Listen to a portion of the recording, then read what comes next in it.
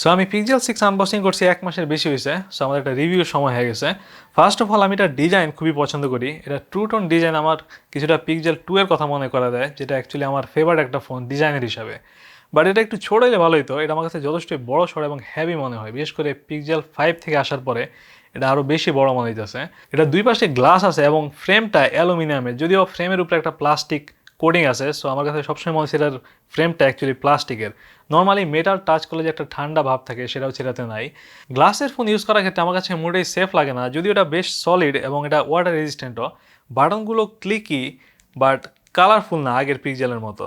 Pixel 6 এর display নিয়ে আমার কোনো কমপ্লেন নাই। এটা একটা A+ ডিসপ্লে, এটা অ্যামোলেড 90 হার্জ এবং HDR সাপোর্ট করে। আমার একবার মনে হয় এটা ফ্রেম ড্রপ করতেছে। গুগল বেশ ভালোভাবে এটা ইমপ্লিমেন্ট করছে। সো এটা অ্যাকচুয়ালি যতটা ফাস্ট তার চেয়ে অনেক বেশি ফাস্ট মনে হয় এটার স্মুথ ডিসপ্লের জন্য। বা ডিসপ্লে নিয়ে আমার একটাই ছোট সমস্যা, যেটা মাত্র 500 নিটস ব্রাইটনেস সাপোর্ট করে। সেটা যদিও যথেষ্টই বিশাল বেশিরভাগ সময়, বিশেষ করে ইনডোরে। বাট যদি কড়া রোদ পড়ে সেক্ষেত্রে এটা দেখতে খুবই সমস্যা হয়ে যায়। আমার মনে হয় যে আর যদি 200 নিটস বেশি হইতো এটার ব্রাইটনেস, সেক্ষেত্রে প্রায় পারফেক্ট একটা ডিসপ্লে হইতো এটা। পিক্সেলের ইউআই হচ্ছে পিক্সেল এক্সপিরিয়েন্স, যেটা এখন পর্যন্ত আমার সবচেয়ে ফেভারিট অ্যান্ড্রয়েড ইউআই এবং আমার কাছে মনে হয় যে সবচেয়ে অসাধারণ mobile operating system. Android 12 just perfect বলা যায়। খুবই স্মুথ, খুবই বিউটিফুল, কালারফুল এবং অনেকগুলো অসাধারণ সুন্দর উইজেট সহ আসছে অ্যান্ড্রয়েড 12। বাট আমার খুব বেশি উইজেট ইউজ করা হয় না এবং একটা উইজেট অলরেডি হোম স্ক্রিনে বিল্ট ইন আছে, যেটা আমি সরাইতে চাইতেছি, যেটা হচ্ছে অ্যাড এ গ্ল্যান্স, যেটা আগে সরানো যেত, এটা এখন সরানো যায় না। এবং এই জন্য হচ্ছে আমি আরও কয়েকটা উইজেট অ্যাড করতে পারতেছি না, কারণ জাস্ট এটা রিপিটেশন হয়ে যায়। এটা অলরেডি ওয়েদার, ইভেন্ট এবং ডেট শো করে। সো আমার এর চেয়ে বেশি আর উইজেট অ্যাড করার দরকার হয় না। এছাড়া ক্যালেন্ডার উইজেট যেটা আছে তার চেয়ে আমি অ্যাকচুয়ালি আরেকটা ক্যালেন্ডার উইজেট ইউজ করি, খুব সম্ভবত এটার নাম হচ্ছে agenda. It's very damn beautiful. আমি অনেক বছর ধরে এটা ইউজ করতেছি। আই জাস্ট লাভ দিস উইজেট। স্পিচ টু টেক্সটে গুগল এই প্রথমবার একটা হিউজ ইমপ্রুভ করতে পারছে। অ্যান্ড্রয়েড 12 আর পিক্সেল 6 মিলা আমি জাস্ট অনেক বেশি আমার মাইক ইউজ করতেছি এই প্রথমবার। আমি যাই বলি এটা অ্যাকুরেটলি পিক আপ করতে পারতেছে এবং এটা মোটামুটি আনবিলিভেবল লেভেলে কাজ করে। আমি পুরোপুরি স্যাটিসফাইড এই ব্যাপারে। সো আমি ওভারঅল হ্যাপি অ্যান্ড্রয়েড 12 নিয়ে। বাট কয়েকটা সমস্যা আছে। এর মধ্যে হচ্ছে তারা কয়েকটা শর্টকাট সরাই দিচ্ছে, যেগুলো আমি পিক্সেল 5-এ খুবই এনজয় করতাম। First of all, Google assistant খোলার যে একটা শর্টকাট ছিল কর্নার থেকে টান দিয়ে গুগল অ্যাসিস্ট্যান্ট ওপেন করার, সেটা হচ্ছে এখন আর কাজ করে না। এরপরে ভাইব্রেশনের একটা শর্টকাট ছিল, যে ভলিউম বাটন আর লক বাটন ক্লিক করলে হচ্ছে ফোন ভাইব্রেট হয়ে যেত, সেটা এখন আর কাজ করে না। এছাড়া কিছু আইকন স্ট্যাটাস বারে শো করে না। আমি শিওর না কি জন্য, আমি কোনো সেটিংস পাই না এটা নিয়ে। বাট আমি যদি অ্যালার্ম সেট করি বা ফোন ভাইব্রেট করি, সেই আইকন এখন আর স্ট্যাটাস বারে শো করে না। শুধুমাত্র আমি যখন নোটিফিকেশন এরিয়া চেক করি তখন এরা শো করে। সো এটা যথেষ্ট বিরক্তিকর আমার জন্য এবং আমি আশা করছিলাম যে লেটেস্ট আপডেটে এটা ফিক্স করা হবে। বাট এখন মনে হচ্ছে গুগল ইচ্ছা করে এই কাম করছে। সো এটা ফিক্স হওয়ার কোনো সম্ভাবনা নেই আপাতত। সো পিক্সেল 6 সিরিজে গুগল প্রথমবার নিজেদের প্রসেসর ইউজ করছে, সেটা হচ্ছে গুগল টেন্সর।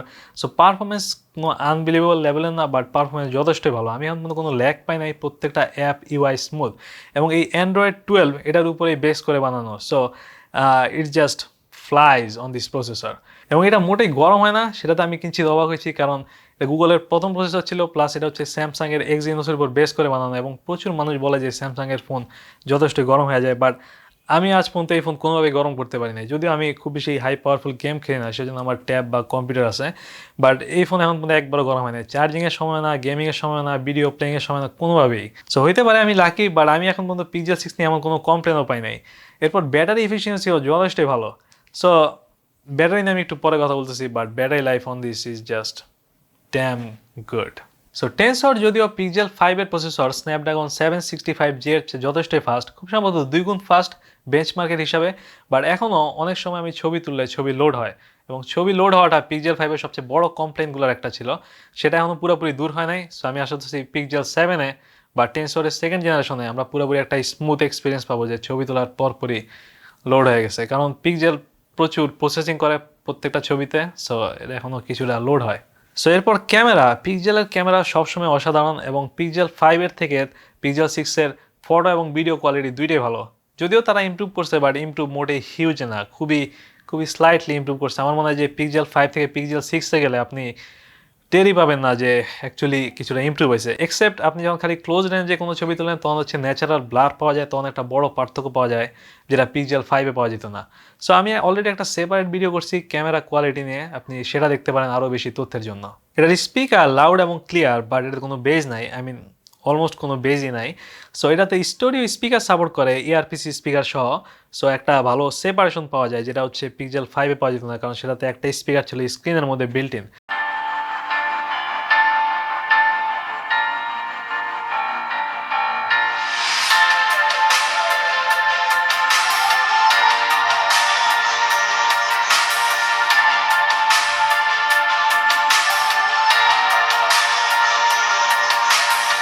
সো অ্যাকচুয়াল স্পিকারের জন্য এটার কল কোয়ালিটি পিক্সেল 5-এর চেয়ে অনেক ভালো, এবং সেটা হচ্ছে একটা বড় কমপ্লেনের একটা ছিল পিক্সেল 5-এর, এবং এটার কল কোয়ালিটি পিক্সেল 5-এর চেয়ে অ্যাটলিস্ট 5 গুণ ভালো। আমি খুবই হ্যাপি এটার কল কোয়ালিটি নিয়ে, এটা খুবই লাউড এবং খুবই ক্লিয়ার। অলরাইট, এবার এটার ব্যাটারি লাইফ নিয়ে কথা বলা যায়, এবং ব্যাটারি লাইফ ইজ অসম। আমার মনে হয় না আমি এর আগে কোনো ফোনে এত অসাধারণ ব্যাটারি লাইফ পাইছি। সো আমি রিসেন্টলি একটা জব শুরু করছি, সো আমার বেশিরভাগ সময় অফিসে যেতেছে, এবং সকাল থেকে সন্ধ্যা পর্যন্ত আমার ফোন খুব বেশি ইউজ করা হয় না। সো আমি যদি সকাল 8টায় এটা আনপ্লাগ করি 100% চার্জ সহ, সেক্ষেত্রে আমি সন্ধ্যার পরে বাসায় আসি 70%-এর বেশি চার্জ নিয়ে। সো সেটা পুরাপুরি আনবিলিভেবল লেভেলের ব্যাটারি লাইফ। সো আমার মনে হয় আমি যদি ইউজ করতাম অ্যাকচুয়ালি আগের মতো এটা বেশি, সেক্ষেত্রে আমার মনে হয় যে ব্যাটারি লাইফ অনেক কম হইতো। বাট এখন পর্যন্ত এমনও দিন গেছে যে আমি এটা 2 দিন ইউজ করার পরেও 20% বা 15% মতো চার্জ আছে। That is just nuts. But এটা চার্জ হইতে যথেষ্ট সময় লাগে, 1 ঘন্টার বেশি সময় লাগে, এবং গুগল বলছিল যে এরা 30 ওয়াট পর্যন্ত চার্জিং সাপোর্ট করে। বাট আমি এখন পর্যন্ত একবারও এটা 18 ওয়াটের উপরে যেতে দেখি নাই, এবং বেশিরভাগ সময় হচ্ছে এটা তারও কমে চার্জ হয়। So I don't know Y Google lied about this, but Google বলছিল যে এটা ওয়্যারলেস চার্জিংয়ে 21 ওয়াট সাপোর্ট করে, এবং সেটাও আরেকটা মিছা কথা ছিল। আমি এখন পর্যন্ত এটা মোডে 20 ওয়াটের ধারে কাছে নিতে পারিনি। সম্ভবত গুগলের নিজস্ব যে ওয়্যারলেস চার্জার আছে পিজেল স্ট্যান্ড, সেটাতে হচ্ছে 21 ওয়াট পর্যন্ত যায়। বাট আমার কাছে 20 ওয়াটের চার্জার আছে ওয়্যারলেস, সেটাতে এটা জীবনেও 20 ওয়াট পর্যন্ত যায় না। আমার ইচ্ছা ছিল যে এই ফোনের মাধ্যমে আমি প্রথমবার ওয়্যার চার্জিং পুরোপুরি বাদ দিব, কারণ 20 ওয়াট যথেষ্টই ফাস্ট।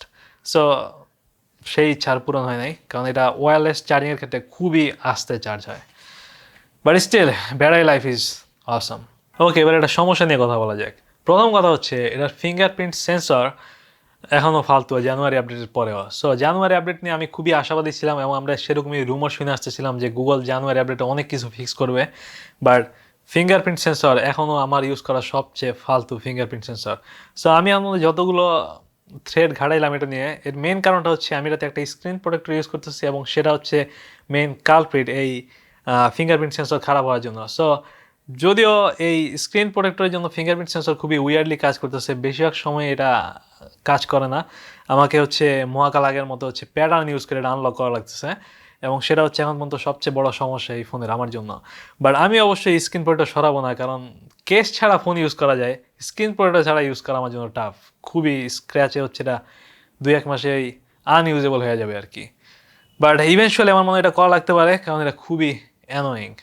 এরপর পিক্সেলে একটা অপশন আছে ট্যাপ টু ওয়েক, যাতে হচ্ছে আমি স্ক্রিন ক্লিক করলে স্ক্রিনটা জ্বলা ওঠে, তখন হচ্ছে আমি নোটিফিকেশন বা টাইম দেখতে পারি। সো ওই অপশন আমি অফ করে রাখছি, বাট যতবারই আমি ফোনে হাত দিই প্রত্যেকবার স্ক্রিন অন হয়ে যায়। এটা আরেকটা চরম বিরক্তিকর জিনিস, যেটা আমি হ্যান্ডস অনে বলছিলাম, এবং এখন পর্যন্ত আমি চরম বিরক্তিটা নিয়ে। যদি এটা মাঝে মধ্যে ইউজফুল হয়, লাইক কেউ যদি আমাকে কল দেয়, পরে মিস কল হয়ে যায়, আমি জাস্ট ফোন উঠেলেই দেখতে পারি কে কল দিছে। বাট আমার এই অপশনের দরকার নাই, আমি অফ করে রাখছি। স্টিল প্রত্যেকবার হচ্ছে এটা আমাকে বিরক্ত করতেছে। আর ফাইনালি এটাতে কোনো আনলিমিটেড ফটো স্টোরেজ নাই। এটা হচ্ছে খুব সম্ভবত প্রথম পিক্সেল যেটাতে হচ্ছে আনলিমিটেড ফটো স্টোরেজ নাই। সো এই কারণে হচ্ছে আমার এখন পর্যন্ত পিক্সেল 5 রেখা দিতে ইচ্ছে করতেছে, কারণ আমরা হাজার হাজার ছবি তুলি প্রতি বছরে, মাসে। এগুলো ব্যাকআপ করা খুবই টাফ। এর আগে পিক্সেল 5-এ সব কিছু অটোমেটিক ব্যাকআপ হয়ে যেত, এবং আমার অলরেডি 35,000+ ছবি ব্যাকআপ করা আছে পিক্সেল 5-এর মাধ্যমে। And I'm gonna miss that feature from now on. So that's it. এটা পিক্সেল 6-এর ফুল রিভিউ ছিল, এবং ওভারঅল আমি মনে করি এটা যথেষ্টই ভালো ফোন, পুরোপুরি ওর্থ দ্য মানি, এবং এখন পর্যন্ত আমার ইউজ করা সবচেয়ে অসাধারণ ফোনগুলোর একটা, খুব সম্ভবত একেবারে টপে। বাট আমি এখন পর্যন্ত ফিঙ্গারপ্রিন্ট সেন্সর নিয়ে যথেষ্টই বিরক্ত, এবং সেটা যদি পুরোপুরি ফিক্স হয়ে দাও আমার এই ফোন নিয়ে প্রায় কোনো কমপ্লেনই থাকতো না। And that's all. আমি আরও কী কী জানি বলবো চিন্তা করছিলাম, এখন আর মাথায় আসতেছে না। বাট দ্যাট ইজ গো। দেখা হবে নেক্সট ভিডিওতে। Good bye.